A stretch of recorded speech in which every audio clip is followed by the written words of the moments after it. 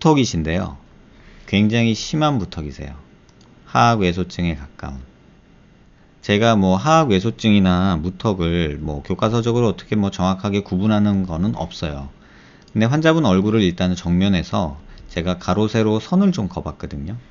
얼굴 눈을 기준으로 수평선이고요.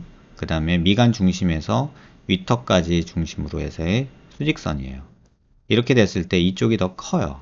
이쪽이 더 빈약하죠. 지금 여기가 빈약하고 여기가 빈약하고 이쪽이 조금 더 이렇게 돼 있고 여기는 더 이렇게 된 느낌이랄까. 다시 한번 얘기 드리면 여기는 약간 이런 느낌이 있다면 여기는 약간 이런 느낌이랄까. 약간 이런 느낌이 지금 드는 그런 비대칭을 갖고 계세요. 그래서 수직선에서 우리가 뭔가를 만든다 그러면 지금 여기도 만들어야 되고요. 물론 이거는 환자분하고 좀 더 상의를 해야 돼요. 지금 귀밑각도 없어서 귀밑각도 또렷이 만들어야 되고 그 다음에 길이도 짧아서 길이도 만들어야 되고 그 다음에 이 폭도 남자니까 조금 넓게 이렇게 만들어야 되고 여기도 이렇게 만들고 이렇게 만들고 그러니까 기본적인 형태는 이래요. 보시면 아시겠지만 여기는 조금 만들지만 여기는 많이 만들어지죠. 이쪽이 더 위에 있으니까. 근데 여기서 끝나는 게 아니에요.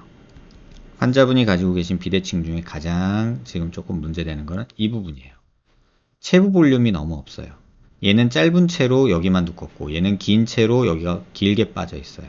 그래서 이걸 피부 음영으로 이렇게 보면 여기는 오목한 양상이 다르죠. 잘 보시면 아시겠지만 오목한 양상이 둘이 달라요. 이쪽은 요런 오목함이고 여기는 좀 더 큰 오목함이죠. 이거를 어떻게든 조금 맞춰보고 싶은 마음은 있어요. 다만 입이 삐뚤어진 거는 양악이 아니고서는 답이 없어요. 그래서 내가 입 삐뚤어진 거는 조금 뭐 감안하겠다. 뭐 그 정도는 내가 넘어갈 수 있어. 라는 마음이 확고하시면 지금 저랑 하는 보형물 수술을 하시면 되고요. 그 다음에 지금 턱에 들어있는 보형물 자체는 두께가 한번 재볼까요? 5mm 정도 되는 것 같아요. 근데 제가 지금 이걸 보면서도 환자분한테 이거 빨리 빼시지 라는 생각이 들어요.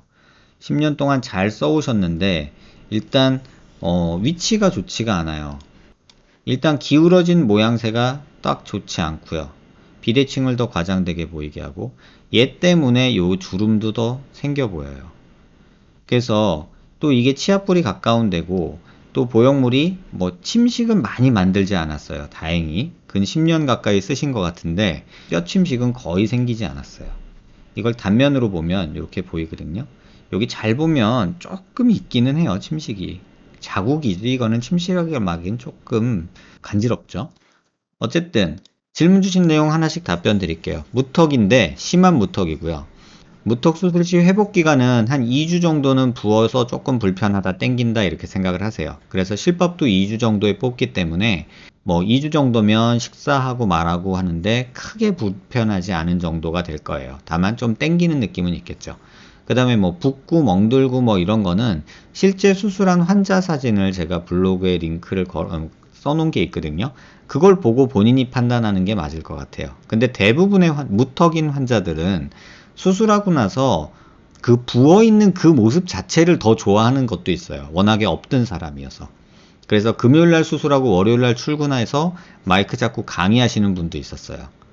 그만큼 이게 부어있는 모습도 멍만 없으면 뭐 일상생활 하는데 말하고 먹는데 큰 지장을 주는 건 아니어서 회복기간은 다른 수술에 비해서 굉장히 빠른 편이에요. 그래도 입안에 실밥을 뽑는 거는 2주에 뽑기 때문에 그래도 저한테 2주는 주십사 말씀드리고 한 3, 4일은 뭐 반창고도 붙여놓고 밴드도 열심히 해야 돼요. 그래서 그 기간 동안은 뭐 외출이나 중요한 약속은 조금 피하시라 이렇게 말씀을 드려요. 그래서 비대칭도 조금 개선하면서 무턱인 것도 없앨 수 있고요. 체부 볼륨도 만들 수 있어요. 그리고 그렇게 되면 턱선이 생길 수 있어요.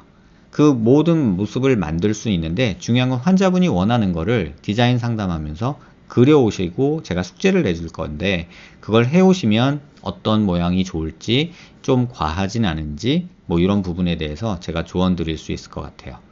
그리고 지금 키가 꽤 크세요. 180 정도로 적어 놓으셨는데 제가 그냥 보여서 말씀드리는 거 하나만 말씀드릴게요. 얼굴은 작으신 것 같아요. 턱도 작고. 근데 코가 너무 커요. 이 코뼈가 너무 넓어요. 뭐 코 높이는 수술을 하라는 뜻은 아니에요. 이게 코주부 코처럼 너무 넓은 느낌이 들어서 지금 여기는 절골술을 좀 해서 코뼈를 좀 폭을 줄여주면 어떨까 이런 생각이 저는 들어요. 뭐 높이 자체도 나쁘진 않고 그런데 이 폭이 넓어서 지금 여기 코뼈 있는데 이 부분이거든요.